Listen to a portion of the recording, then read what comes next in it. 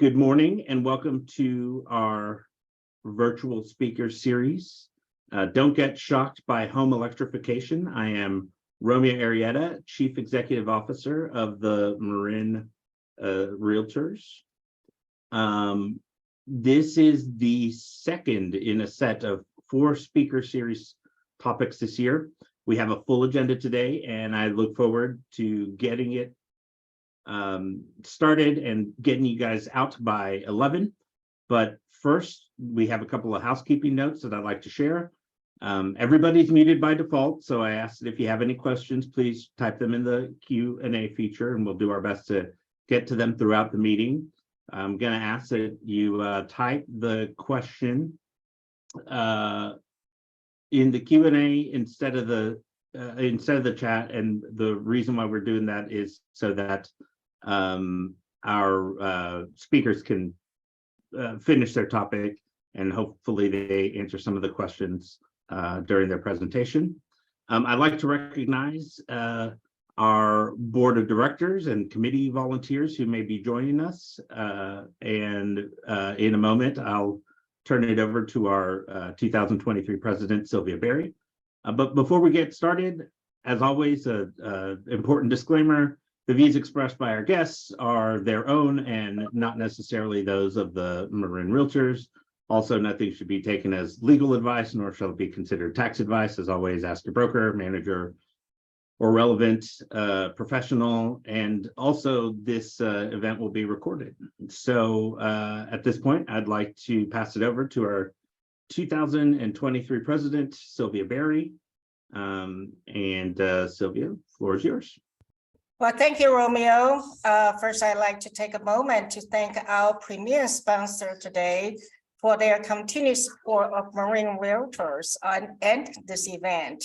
I would like to introduce our sponsor, Homa Russell from Mutual Maha, for a quick word. Homa, go ahead. Good morning, and thank you, Sylvia and the Marin Realtors, to give me this opportunity.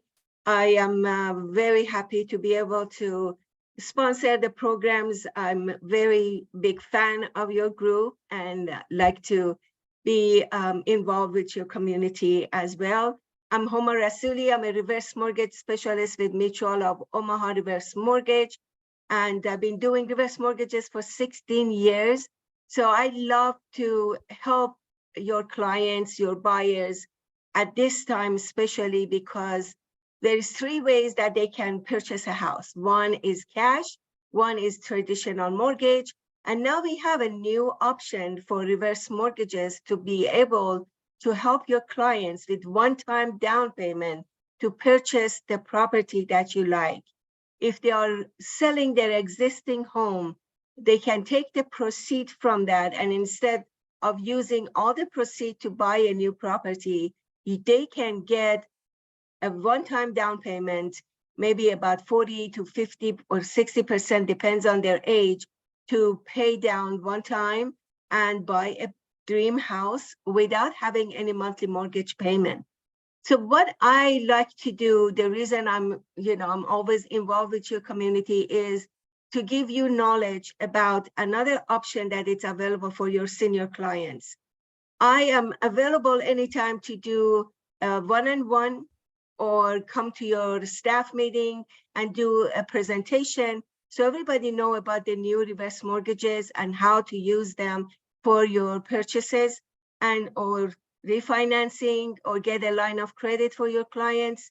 And most of all is when you have an open house, I can bring a flyer with your name and every information and a matrix to show how much your client would need for one-time down payment with the purchase price. So I'm always a phone call away. I'm here in Novato, and I have all Bay Area to take care of, and we are in 48 states. So if you ever have any question, don't hesitate to call me. Thank you for your time, and thank you, Marin Realtors, for always being so wonderful to help your clients. Thank you. Well, thank you, Homa. Again, thank you for your sponsorship. And now onto our program for this morning. Ladies and gentlemen, please join me in welcoming Kellen Dammann, and Brian Reyes of the Marin County Sustainability Team. Kellen Dammann is the Sustainability Marketing and Outreach Coordinator for the Marin County Sustainability Team. That's a long word for me, by the way, where he leads marketing, education, and outreach efforts directed towards the public, community-based organizations, building industry professionals, and other stakeholders in the energy efficiency and sustainability space. Kellen has spent more than 13 years working for local governments and nonprofits in roles related to energy efficiency. Prior to that, he worked with the city of Chula Vista and the Center for Sustainable Energy in San Diego, California. Welcome, Kellen. And Brian Reyes is Sustainability Planner on the Marin County Community Development Agency's Sustainability Team, where he leads the development and implementation of countywide green building rich codes and planning efforts. Brian has over 20 years in the government, private, academic, and nonprofit NGO sector. He has spent over 7 years back and forth to rural Cambodia implementing sustainable agriculture planning and youth empowerment programs for communities impacted by HIV and AIDS. Prior to joining Marin County, Brian worked for City and County of San Francisco, leading the development and implementation of its climate action plan, development of policy, and implementation of a variety of progressive sustainability programs. Welcome, Brian. And please remember that you want to put all your questions in the Q&A feature of the Zoom, and we will do our best to answer at the end of the program. At the same time, Brian and Kellen also say that they might answer questions along the way. So let's get started. Okay, so I'll start off and I'll go ahead and share my screen here. Usually takes a second or two.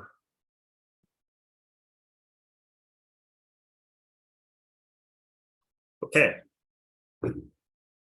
So Kellen and I are going to discuss building electrification in Marin, but also ostensibly that extends to the rest of California. And we're not only going to talk about the stick part, the policy part, and the trends, but also the programs, incentives, rebates that support that transition away from natural gas. So we'll start off with the why we do all this. Whether it's us here locally, our 12 jurisdictions across Marin County, or it's the state, there are clear policy goals that we need to reduce our impact of climate change by reducing our carbon emissions. Not just about a number, but also it's for the future of our planet, really, at the end of the day. So locally, we gravitate back down locally. A lot of our efforts are expressed through climate action plans.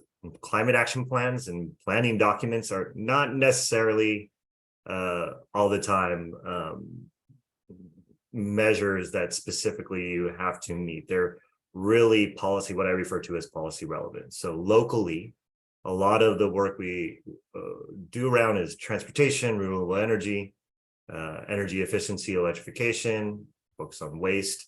Here it's very unique in Marin County is agricultural waste and carbon sequestration. And also we have a low carbon concrete codes as it relates to buildings and infrastructure. So it's just not the county of Marin that Kellen and I represent, it's also our other 11 jurisdictions that have climate action plans. So they express what we can do locally. We also reflect what state measures are on the board. You see it towards the bottom there. Basically decarbonizing the grid, switching out the fuels that we use to drive, and as well as green building standards. The other why is we see fires every day. And this is 2017 when really the fires started getting more frequent. If you all remember, the air quality was just insane. And of course, you remember the orange air day. And we still see droughts of historic proportions. I know this last year snowpack probably looks really good out there, but it's predicted, scientists, that it'll look more like this and this frequently. So that's our why. And so we don't know where we're going to go unless we measure it. So one thing we like to say is like, look, our Marin County wide emissions is about 1.4 million tons of carbon, of which transportation reflects about 56% of those emissions. Those are cars and trucks, essentially. And then 31% from the building energy, and that is broken up into 26% natural gas and electricity. And the rest is agriculture, waste, water, and wastewater. So clearly we focus on the transportation and building sector in order to reduce greenhouse gas emissions. Honing in on the actual buildings, in 2005, we saw natural gas be the biggest proportion of emissions in 2005, with electricity, 44%. It's almost 50-50, right? We reduced those emissions down in 2020, or last year we actually measured it. And natural gas now makes a big portion of that. While we've put a lot of effort in decarbonizing electricity, fossil fuels still exist in our environment. So 2005 to 2020, we've been working on that transition. These things don't happen right away. And that's important to understand, is decarbonization is transition to a more clean sources of fuel. With green building and energy efficiency, electrification, we have policies and requirements. So state policy, SB 32 or AB 32 really is saying the statewide in 2006, passed under Schwarzenegger, that we must reduce 40% below 1990 levels by 2030. There's more legislation that says we need to achieve net zero GHG emissions by 2045, right? And another piece of legislation said we need to decarbonize the grid through renewables 60% by 2030 and completely by 2045. And then some of you may be familiar with, we have Title 24 and green building standards that the state passes down. It's one of the tools in the toolbox that the state has, as well as us locally. And then another piece of importance, California legislation toward electrification, is the state implementation plan, which the California Resources Board will require all newly purchased space and water heat appliances be zero emissions by 2030. And they're developing that implementation now as we rapidly approach 2030. And then many of you have heard through executive order, by 2035, basically EVs across the road are just not zero emissions, but majority of that's going to be EVs by 2035 sold within California. So that's statewide, that really influences us, but there's also our regional and local policy. Some of you may have heard the regional air district already passed, amended we refer to as Rule 9 and Rule 9.6. And so it's a 4-year phase implementation plan. In 2027, no residential gas water heaters can be sold or installed within the 9-county Bay Area. By 2029, no residential gas space heaters can be sold or installed. By 2029, I'm layering in that 2030 state implementation plan that said no residential space or water heaters sold in California. And then 2031, no large commercial gas water heaters sold or installed. So there is a lot going on that we're approaching rapidly. And what we like to say here, and here's a link if we get the slide later to that actual fact sheet that the Air District here had released. But what we like to say here is we're supporting the transition to an all-electric future. And so it's a combination of not only those policies and what's coming from the statewide, it's us saying, okay, our community, this is what we have to do as per the state or regional. So what can we do to ease that transition? Because historically, all our infrastructure has been geared towards gas infrastructure as well as electricity.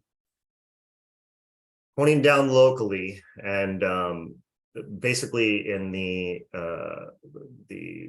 grayish blue shade up there, there's 1, 2, 3, 4, 6 jurisdictions here in Marin County. Marin County, Fairfax, Tiburon, Pending, San Rafael, Corte Madera, and San Anselmo had passed all electric new construction requirements in their building codes. Looking at EV infrastructure in that third column, those about 5 of us of the 12 had passed EV infrastructure codes to provide for more charging. And then 3 of us, Marin County, Fairfax, and Tiburon, adopted codes where single family renovations have to meet a certain energy code above state minimum standards.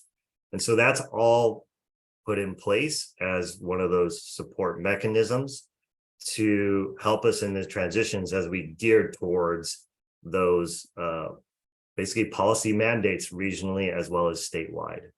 And then you see there below other jurisdictions who are considering. What we want to do is try to have consistency as best as possible while meeting also our climate obligations that we've expressed locally and mandated locally as well as regional and statewide. So policies are not complete pieces to the puzzles, and it's not a comprehensive solution to making this transition and addressing climate change. Incentives and programs are necessary to make this happen because infrastructure that has been built on gas and subsidized has a lot of we've been subsidizing and been working on have that in our buildings for quite a while. So to get away from that will take some capital. And so we have Kellen, who's going to talk about the incentives and rebates that are currently in place, and they rapidly change. So Kellen, please take it away. Great, thanks, Brian. So again, my name is Kellen Dammann. I work with Brian on the sustainability team with the county. I spend a lot of my time doing homeowner education, outreach, marketing, and another big piece of that is getting contractors trained and into these programs to offer these rebates to customers, and also, getting them familiar with this new technology and that sort of thing. So I'm going to talk about kind of 3 common electrification projects and touch on the rebate programs. And then I'm going to get into electrification resources for homeowners and realtors, and just general realtor resources for y'all to kind of, get more comfortable with these types of projects, and just so you can communicate them with homeowners easier. So next slide, Brian. So water heating. Going from gas to electric water heating right now looks like going to heat pump water heaters. And on the next slide, I kind of get into heat pump water heaters a little bit, but just for now, I want to touch on the rebate program. As Brian mentioned, there are a lot of money coming to help people transition from gas to electric, not just with water heating, but as we'll see with space heating and even cooking. And these are a couple of the programs that are coming or in place right now. The big one is the self-generation incentive program, which is starting in August. It's $3,800 up to, and then a lot of these can be layered. And I saw a chat, about these slides. We're going to send these out. These are all hyperlinked. So when you get the PDF, you'll be able to go to these programs and read a little bit more about them. But right now, I just kind of want to give you a highlight of what's coming. A good thing to mention here is a lot of the rebates are based on where a home is located. So and their fuel type. So I kind of layered them out here. There's a California-wide one. There's a Bay Area, the Bay Area Regional Energy Network. So that's the 9 Bay Area counties. Marin County, we have our own electrification rebate program called Electrify Marin. And then you get into stuff like if somebody's a MCE customer or a Sonoma Clean Power customer, they're eligible for additional things as well. So it's based on where the home is, what type of fuel they have, if they're propane or natural gas. So it does get a little complicated, but just keep in mind that our office is, always available to folks that have questions about how to navigate these programs. So I just kind of wanted to say that off the top. Next slide, Brian. So this is basically how how heat pump water heaters work. I'm not going to do a whole training on heat pump water heaters just because we have, you know, not a lot of time. But basically how they work is they use a heat pump device which runs on electricity to move ambient BTUs, so energy in the air, from one area to another. That's how they all work, and it can be applied to space heating, water heating. Everybody has a heat pump in their house already. Your refrigerator is a heat pump. Basically uses the same technology to move BTUs from inside of your refrigerator to outside. That's why they produce hot air and they keep you know, the refrigerator and freezer cold inside. A couple things to note just about heat pump water heaters that's important is they need that ambient space airflow to work. They do not like being in small closets because basically that closet will turn into a little freezer box after a while if there's not air. So for homes that you know, don't have a lot of space, they'll typically need to be vented sometimes, or they can be put in a closet with a louvered door. But most of the time, these things like being in garages. So that's like a really good, you know, case if somebody has a, you know, current gas water heater in a garage, it can be swapped out pretty easily with the heat pump water heater. There also needs to be, you know, adequate electrical service. These typically do you know, require a 240 volt electrical service, but they are making versions of them that can be plugged into a 120 outlet, which is great.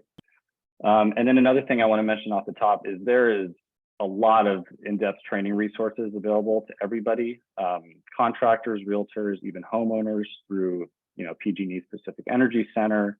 Bayron provides training, and the Sonoma Clean Power Advanced Energy Center is a great resource too. And you know, we're more than willing and happy to share that, you know, those training resources with everybody if you're interested in learning more. Next slide. So space heating. This is what a typical you know, electrification space heating project would cover, right? So on the left side here, on the very left, you have a central gas furnace. Right next to that, you have a wall furnace. I used to have one of these in my old apartment. I hated it. And these are, you know, these are things that can be switched out for heat pumps. A really great thing about heat pumps, especially in Marin, as you know, our climates are, you know, getting warmer, and in the summer, you know, they're becoming more and more severe here. A heat pump can actually heat and cool a house. I'm in an Airbnb right now, and there's a heat pump mini split right here, coincidentally, where I set up my workspace. So that's a pretty common application. That this is a mini split, so it can heat and cool depending on what I tell it to do. And again, there are a ton of rebate programs to help folks pay for this stuff. Next slide. And yeah, this is just a schematic of how they work. You know, on the left, there's a cooling cycle. So when it's hot, the heat pump can cool a home, and on the right, it can warm a home in the winter. And you know, if you're not familiar with them, it's basically like an AC. You have a unit outside, which is the condenser, the compressor, and then it delivers cold air or warm air inside the house. I think one myth-busting thing I want to touch on here is heat pumps can adequately heat a home in, you know, pretty cold temperatures. A lot of folks think that, you know, oh, when it gets really cold, it's not going to work. They have heat pumps installed in the Midwest when it gets below, you know, 0 degrees sometimes. Out here in Marin, we don't have to worry about that at all. So they're more than adequate to work in our climate for sure. Next slide, Brian. So last but not least, cooking. So the big push right now, and there's a lot of rebate programs out there, is to go from gas to electric cooking. Now, you know, the big thing here and the big change that some folks might not be aware of is induction. So induction cooking it works a lot better than kind of your old hot plate style electric cooking. Actually, I have that on the next slide. Yeah, so this is getting into it here. Basically how induction works is it uses magnets to directly heat the cookware. It stimulates the iron electrons in your pans and pots. And so that's what makes it more efficient. It's not heating up the surface. The surface is not getting hot. It's directly heating the cookware. So you can see here on the right, you know, the butter in the pan is melting. The butter on the surface is not. And it makes for a really good cooking experience. You can boil water a lot faster. It offers a lot more control for the chefs out there. And what's great about this too, from a marketing standpoint, is, you know, most of the time I go out and I give presentations and I have slides on insulation and air sealing and you know, changing out furnaces and duct sealing and stuff like that. But for cooking, you know, we actually get to do these in-person cooking events, which is really great. You know, we hire some chefs that are really versed in induction cooking, and you know, we kind of have like wine and cheese and cooking events, which is really fun. And we have those available on the Bayron website. You can you know, look for those that are happening in Marin. Next slide. So yeah, those previous slides, and again, we're sending out all this information. But there are going to be more incentives. And one of those is the Inflation Reduction Act. So there were two parts of that. There's the tax incentives. And again, talk to, you know, homeowners that are doing these projects should talk to their tax professionals. You do need to have a tax liability to be, you know, eligible for some of these discounts. But yeah, I just wanted to call that out. So again, besides the rebates, there are tax incentives available. Next slide. Oh, that's right, you animated it. So as I mentioned, with the Inflation Reduction Act, there's the tax incentives, which became available at the start of this year. At the end of this year, maybe the start of 2024, there's going to be the Inflation Reduction Act direct-to-consumer rebate. Those, we don't really know what those are going to look like. Basically, the California Energy Commission is working on setting those rules, but a lot of those are going to be based on income levels. I provided a link here to, I forget, I think it's called Rewiring America. They have a really great Inflation Reduction Act calculator tool. So you enter your, you know, zip code, your income level, how many people in the house, and it'll tell you what, you know, that person would be eligible for. So that's a really great tool. And then additionally, there's the California Energy Smart Homes program that's through PG&E. Basically, it's another rebate for going to all electric for an entire home. And you can see the rebate amounts here. Right now for this year, 2023, it's $5,500. And that'll get ratcheted down on 24 and 25. Next slide. So electrification readiness. One thing I want to call out here is that, you know, most homes can do all of these projects with just a 100 amp panel. There is, you know, a myth or a conception out there that, you know, panel upsizing is always necessary to accommodate these things, when it's really not. You do have to get creative sometimes. But one thing that we message to homeowners is it should be kind of a last resort. And the reason for that is because panel upsizing can add up, you know, thousands of dollars to an electrification project, of course. And then the other thing that folks don't think about is the neighborhood electrical infrastructure. So the example here is that if everybody on a block decides to go from, you know, a 100 amp panel to a 2 or, you know, 250 or 300 amp panel, at some point that transformer from PG&E that serves that block is going to need to be upgraded, and that can add potentially 18 months to a project. So really what we want folks to do is, you know, kind of think about the infrastructure, which is hard to do because everyone's just focused on their own lives, their own homes. But, you know, there is a cost benefit to them, you know, to an individual homeowner not upsizing their panel. Also, we want to just get away from the phrasing of upgrading. You're not really upgrading, you're upsizing. And one resource here, which I encourage everyone to look at, San Mateo did a 10-home case study, or a case study of 10 homes, where they basically looked at all these homes, different makes and models in different areas of the county. And they talked to a bunch of different contractors and got multiple bids. And they basically did a report for each home and came out with a low cost estimate, high cost estimate on everything they would need to do to go completely electric. And I think only one of those homes needed a panel upsizing to accommodate full electrification. And again, we provided a link there to those studies. I really encourage folks to look into that, and I'll talk about that on the next slide too. And then there's some panel optimization resources. The Switch is On provides a good one. Redwood Ember, that's a typo. Redwood Energy Watt Diet Calculator is a tool that was developed by this group, Redwood Energy, and basically you go in and tell it what you're trying to do, and it'll tell you if you can accommodate everything with your current amp size, which is great. And then a home intel program. I went through this as a renter. It's provided by PG&E, and they actually give you a coach. I spent about an hour and a half on the phone with this person. They went over every part of my bill and gave me, some good tips on lowering, my PG&E bill. But they can also help with electrification, which is great. And you're talking to somebody on the phone who's an expert, and it's totally free for homeowners. So resources, we're doing the Marin Green Home Tour again in October 2023. Marin Realtors was a sponsor last year.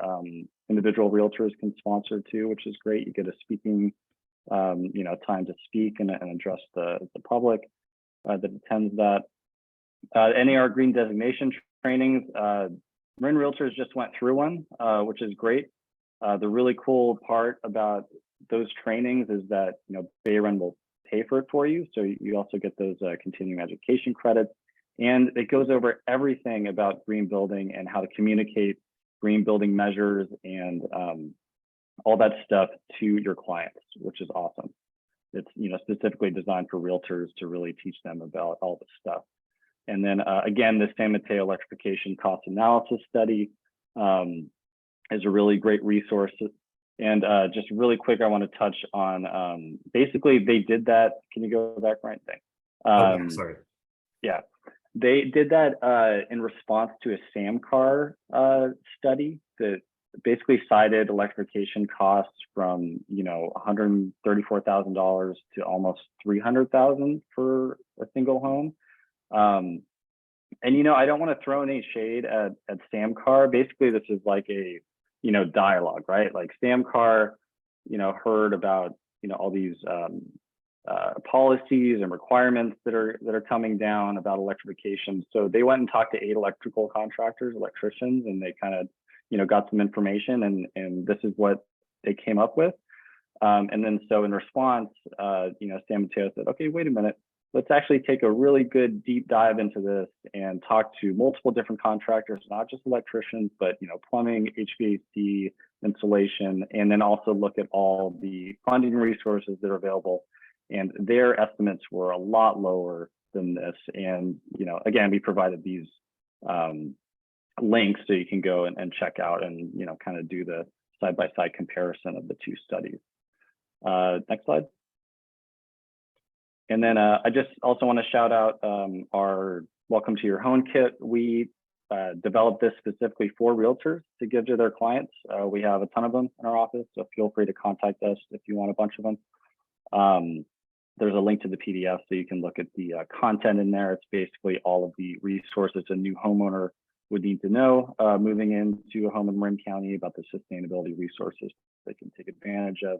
And then homeowner education. We're always happy to coordinate trainings with your office, or if you want to do a new homeowner webinar, we're happy to work with you on that, or find speakers that can talk about these topics. So our doors are always open to y'all to help get the word out and educate folks on, these projects, rebate programs, kind of everything involved just to help the transition. I think that's it for me, Brian. Great. Thanks, Kellen. And then I'll wrap it here up in 5 minutes, and just wanted to do a time check with Romeo or Sylvia, if that's okay. Yeah, go ahead. Great. Thank you. So looking forward, I will actually look a little backwards. So in 2022, we did a lot of community engagement to develop our green building policies and model that for other jurisdictions. And there's 3 important findings that we came up with, or 2 others, is that after that, a civil grand jury report came out, and most jurisdictions agreed a coordinated or county-wide approach to electrification is needed, rather than a bespoke sort of, hey, you pass this, or I pass this, or hey, this incentive here, or that incentive here. So a more coordinated approach. And observation was technical solutions to electrification already here, but our will to act in systems and to really anticipate and have the capacity to implement and needs to rapidly evolve if we're going to meet our climate obligations locally or regionally or statewide. So what I'm leading an effort is to do a countywide building electrification and decarbonization plan. And the objective or vision, or I kind of state as an objective, is we're going to develop this plan in concert with the other cities and towns by December of 2023. And our goal is to engage and garner community feedback to be considered in the plan, and that tracks with all our jurisdictions' climate, equity, and adaptation goals. So what's in a typical plan? Well, we do stakeholder engagement, we do a data analysis, we develop actions and strategies that are comprehensive, again, the stick and plus the carrot. We prioritize, and then we time bound that. And again, the plan's not, we must do this. The plan is to set forth our ambitions. So we recommended next steps into the implementation plan as part of that. Where we are currently we're doing some steering committee meetings now and doing preliminary analysis in preparation for between August and October of this year, where we're going to do 2 to 3 community workshops. We did similar workshops last year. We're going to repeat that again, and they're going to be held at Marin Builders Association. And it's going to include a wide swath of everyone from in the building community, from the policy development community, our equity priority community and advocate community, senior and aging in place community, just a wide swath of stakeholders that will come together. And then we're going to draft the feedback take that feedback in and really have a loop back and forth between September and November, and then complete that about December or January of next year. So that'll culminate in an electrification plan that sets forth recommendations for jurisdictions to take, and that the building community or community members can do to make this transition. Okay, so I'll leave it off with the ask from the Marin Realtors. I think it's super important for you all to have your perspective there at the table, ready to understand and put forth some meaningful insight into this transition. So would love to have someone from Realtors to participate in these 2 to 3 focus group workshops. They'll be a bit 3 hours each, so a total of 9 hours over 3 months, to help shape this countywide policy. So the estimated dates are August 2nd, September 27th, and pending October 25th if we decide we need a 3rd workshop. So want to leave it now open for discussion and answering the Q&A. Thanks for your time. Well, thank you so much, both of you. We have a couple of questions here in Q&A. Don't know if we have answered that already in your presentations. Anyone, can you see that, Brian and Kellen? Yes. Okay. We have from Yoko. Yoko, yeah. Yeah, that's about, are there conversations with PG&E as well as solar companies to make it more affordable when we increase electricity usage and or the solar installation? I'm wondering if what is happening with insurance, State Farm and Allstate not issuing policies in California and resulted in increase in rates for other insurers might happen with our utility companies. Yes, and so two parts to that, and I'm the PG&E and solar companies at a state level. There's a lot of conversations, and they're regulated by the California Public Utilities Commission. They have to make basically add this transition to electricity more affordable. They can't just gouge us, number one. Number two, the utility companies have projected an all-electric future. They make that 10, 20-year plans and procurements of that, so they lock that in and they're projecting an all-electric future. Regarding insurance rates, Kellen, if you had anything to add to this, but I will say that yes, in one end, or that policy is interesting. I heard that was pretty interesting.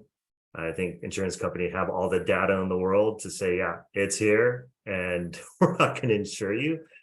But on the utility end, they're actually they have to borrow capital and issue corporate bonds. And this is investor or utility in order to do their infrastructure or run and operate. S&P, different credit rating agencies have downgraded their credit if they did not prepare in a plan for climate change and the transition and the physical threats, not only reducing emissions, but the physical threats to their assets. So they're actually getting from the other end of credit agencies as well. So they are interested in, particularly our utilities, PG&E, of transitioning away from gas because it represents a big liability from that other end. Kellen, do you have anything to add to that? No. Okay. And yeah, Anna has a question there. Does it seem reasonable to expect the electric grid be prepared for the transition? What plans are being made when we lose power and are mostly to completely depend on electricity? Kellen, do you want to take that?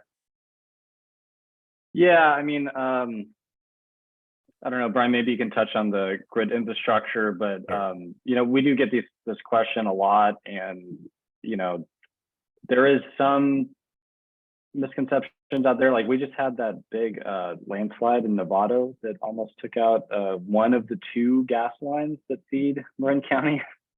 So gas isn't, completely, reliable in terms of, if we have an earthquake, we'll lose gas service for months while they fix that, whereas electricity comes on. So just something to think about also with your appliances, ones that use a fan or a lighter, like an ignition switch, when the power goes out, those go out too, even though they run on gas.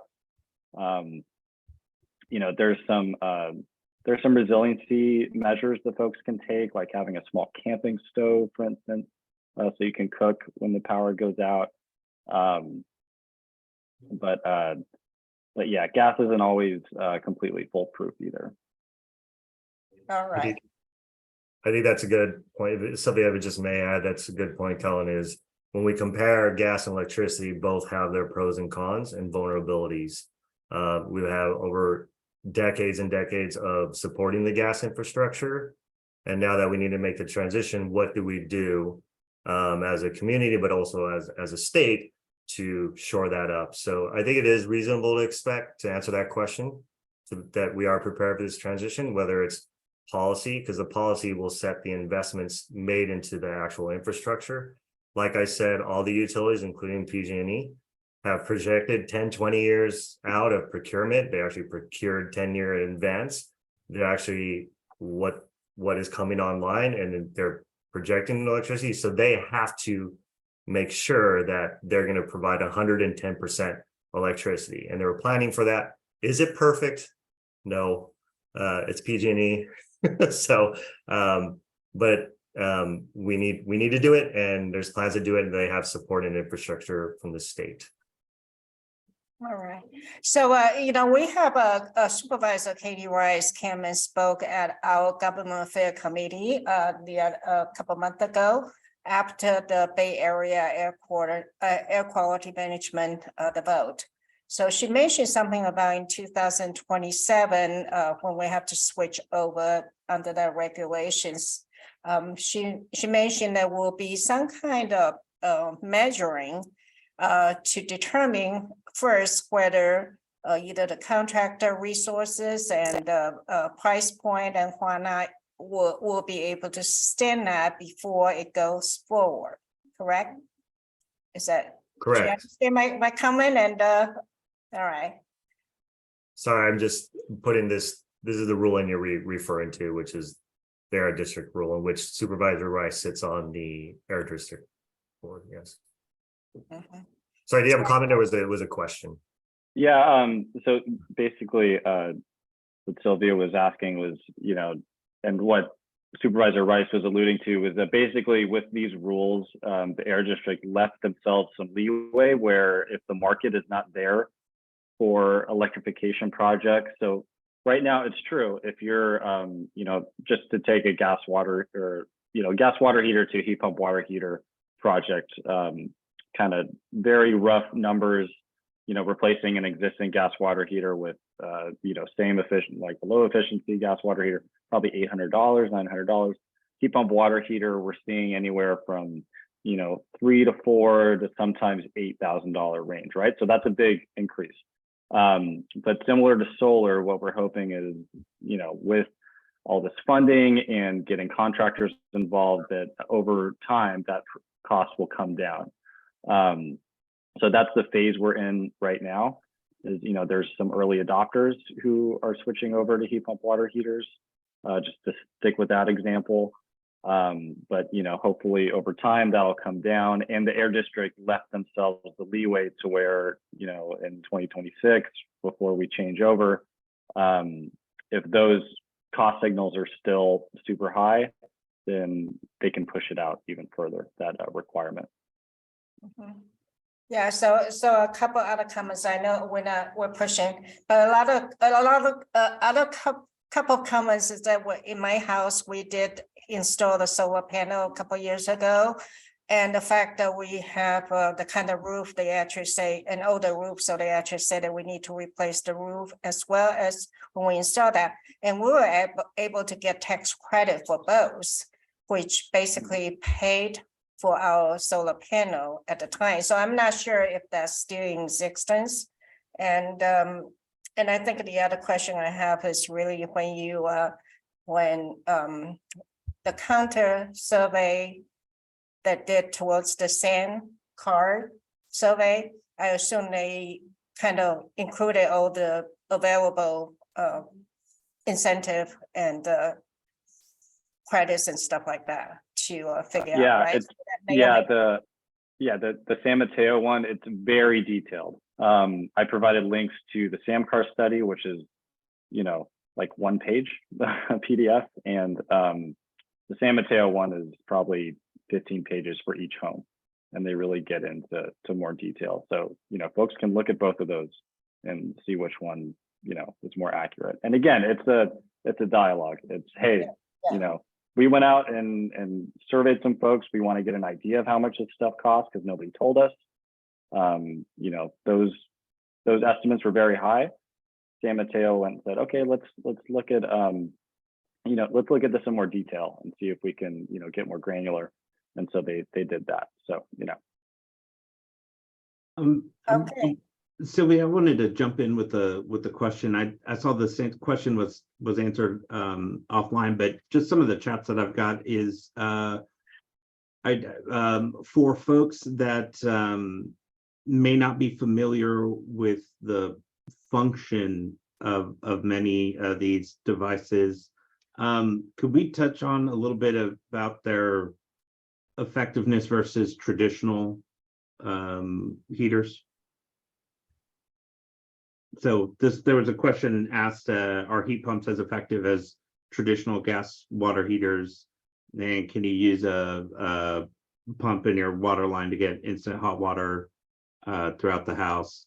And I think somebody else asked a question about how noisy they are. I just wanted to address sort of the functionality of them if you feel comfortable. Yeah, I mean, there's a lot there. Again, there's a ton of training resources out there that can get, that will cover a lot more in an hour than I can in this response in 30 seconds to a minute. But for just to touch on the question that came through. So there's, when you think about water heating, there's the tank version, right? And then there's the instant gas version. And the instant gas versions, basically how they work is they're sold as efficient or marketed as efficient because when you're not using it, you're saving energy, right? Where the gas heater is always using a little bit of gas to keep that tank of water hot. The instant water heater basically fires up and uses a lot of gas just when you're using it. So it uses more gas when you're using it, and no gas when you're not using it. So if it's not always efficient, if you have a lot of people in the home, teenagers taking showers all the time, a home that has an instant water heater and a lot of people using it all the time won't save more than a traditional gas tank water heater. So there's that. For the heat pumps, basically they work the best as replacing that tank water heater. So they're using the heat pump device to, move BTUs into the tank over a long, slower period of time. It's a slower uptake, whereas it doesn't really transfer over to the, tankless water heater that uses a lot of gas to instantly heat your water. So that's the main difference. They do make electric instant water heaters, but those are, those use a lot of energy, and you're going to see your, electricity bill spike quite a bit using those. I think, one of the main things I wanted to touch on when talking about heat pump water heaters is they need that space, right? So they need the airflow. If, they don't have enough space, like in a big garage or a big room that's unair conditioned or whatever, you can add ducting to it. So you can have a air duct that, is able to provide it, adequate airspace and then also the exhaust space. So yeah, those are a couple of good considerations. I mean, basically heat pumps can do anything that the traditional gas with some exceptions. Okay, all right. I think, that's probably our program for now that we need to close, right, Romeo? Yeah, so Romeo, I forgot to answer. Oh, yeah, and just really quickly on the noise, because I just learned this and I thought it was really interesting. It's not so much the noise of the heat pump device, it's the vibration. So, and this is one thing that, we're learning as contractors are learning to install this stuff, is if you put in, these rubber mounts, it'll stop the vibration as much. And that's what people hear. It's not the device working, it's it moving and, reverberating throughout the house. So that's just something to consider. I thought it was pretty cool when I learned that. We do have that at my house, essentially okay for me, but okay, well, thank you so much, both Kellen and Brian, for coming. I really appreciate it. And I do want to thank all the realtors for signing and to be with us in our speaker series. Our next speaker series will be in August and August 8th, so put on your calendar, reserve it. And actually for future purpose also, if you have any speaker series questions and or not questions, suggestions, if you send it to Romeo or myself, we really appreciate that. And want to thank Homa for your sponsor as always. Romeo, you have anything else that you want to add? I don't. I think you've covered it. I just want to thank everybody for being here. Thanks to our speakers and also to our sponsor. And have a great day, everyone. Yep. And I also want to thank our staff. Thanks. Thank you. All right. Bye. All right. Signing off.